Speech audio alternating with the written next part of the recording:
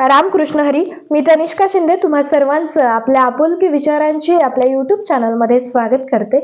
तर बघा मित्रांनो, सध्याच्या काळामध्ये स्वतःकडे लक्ष देणं फार गरजेचं असतं, पण आपण स्वतःकडे लक्ष देणं विसरत चाललोय. तुम्ही म्हणाल कसं बरं, तू कसं काय सांगू शकतेस? कारण की सिंपल आहे हो, इस्पेशली टीनेजर मधली लोक बरं का, आपल्या लाईफ मध्ये काय चाललंय यापेक्षा इतरांच्या लाईफ मध्ये काय चाललंय हे जाणून घेण्यासाठी आपल्याला सगळ्यात जास्त इंटरेस्ट असतो, बरोबर आहे ना? त्याच्या लाईफ मध्ये काय चाललंय, तिच्या लाईफ मध्ये काय चाललंय, ती काय करते, तो काय करतोय, त्याला कुठे जायचंय, तिला कुठे जायचंय, ती काय करायची आहे, तिच्या लाईफ मध्ये तिला काय करायचंय, त्याच्या लाईफ मध्ये तिला काय करायचंय, अमुक अमुक व्यक्तीला कुठे जायचंय, कसं जायचंय, तो कोणासोबत बोलतोय, हे सगळी इन्फॉर्मेशन गोळा करण्यासाठी आपला टाइम जातोय. आपण बिझी या गोष्टींमध्ये, पण आपण कधी हा विचारच करत नाही की आपल्याला कुठे जायचंय, आपल्याला तिथे जाण्यासाठी काय करायचंय, आपल्याला तिथे पोहोचण्यासाठी कुठून तरी सुरुवात करावी लागेल. हे आपल्याला माहितच नसतं, कारण आपण हे सगळं विसरून गेलेलो असतो दुसऱ्यांच्या लाईफ मध्ये काय चाललंय हे जाणून घेण्याच्या नादात. आपण स्वतःकडे लक्षच देत नाही.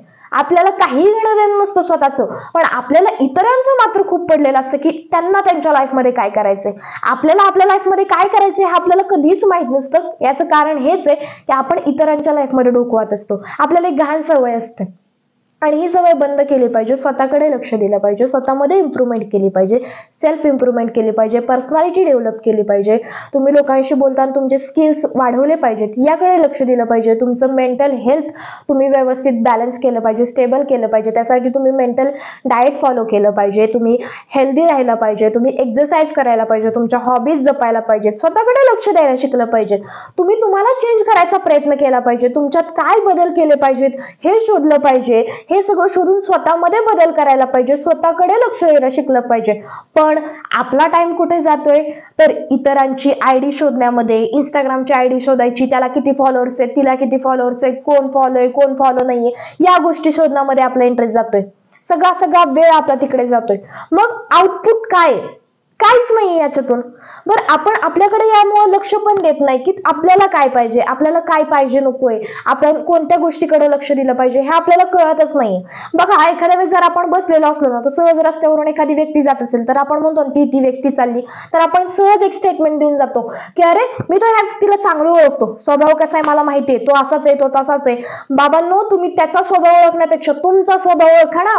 तुम्हाला नक्की तुम्ही कसे, तुम्हाला कसं बनायचंय या गोष्टींवरती लक्ष द्या. तुमची सेल्फ इम्प्रूव्हमेंट वाढवायला शिका, पर्सनॅलिटी डेव्हलपमेंट करायला शिका, पर्सनॅलिटी डेव्हलप करा, कॉन्व्हर्सेशन स्किल्स वाढवा, तुमच्या लँग्वेजेस वरती कमांड मिळवायला शिकवा, तुमच्या हॉबी असतील त्या जपायला शिका, तुमच्याकडे अजून कोणत्या क्वालिटीज आहेत त्या इम्प्रूव्ह करायला शिका, तुमचे लिसनिंग स्किल्स वाढवा. अशा खूप साऱ्या गोष्टीत तुमचं मेंटल डाएट व्यवस्थित फॉलो करायला शिका, हेल्दी राहायचा प्रयत्न करा, रोज एक्सरसाइज करा, मेडिटेशन करा, तुमचं टाइम टेबल ठरवा. तुम्ही स्वतःला बदला आणि इतकं बदला की तुम्ही लोकांची इंस्टाग्रामची आयडी नाही शोधली पाहिजे, लोकांनी तुमची इन्फॉर्मेशन गुगलवर शोधली पाहिजे. एवढं स्वतःला इम्प्रूव्ह करा, एवढी स्वतःची इम्प्रूव्हमेंट करा. स्टेज डेअरिंग वाढवा, लोकांसोबत कसं बोलायचं, तुम्ही कसं समाजात वावरताना कसं वावरायचं, कसं चालायचं, कसं बोलायचं, कसं तुम्ही एक्सप्रेस व्हायचं, तुमचे विचार कसे मांडायचे, या गोष्टींवरती अभ्यास करा. स्वतःला बदला, दिवस रात्र कष्ट करा, स्वतःवरती कष्ट करा. इतरांच्या लाईफ मध्ये काय चाललंय हे डोकावणं बंद करा. आपल्याला काही घेणं देणं नाही त्यांनी त्यांच्या लाईफ मध्ये काय करायचं. आपल्याला काही गरज नाहीये की त्यांना काय करायचंय, त्यांना कुठे जायचंय.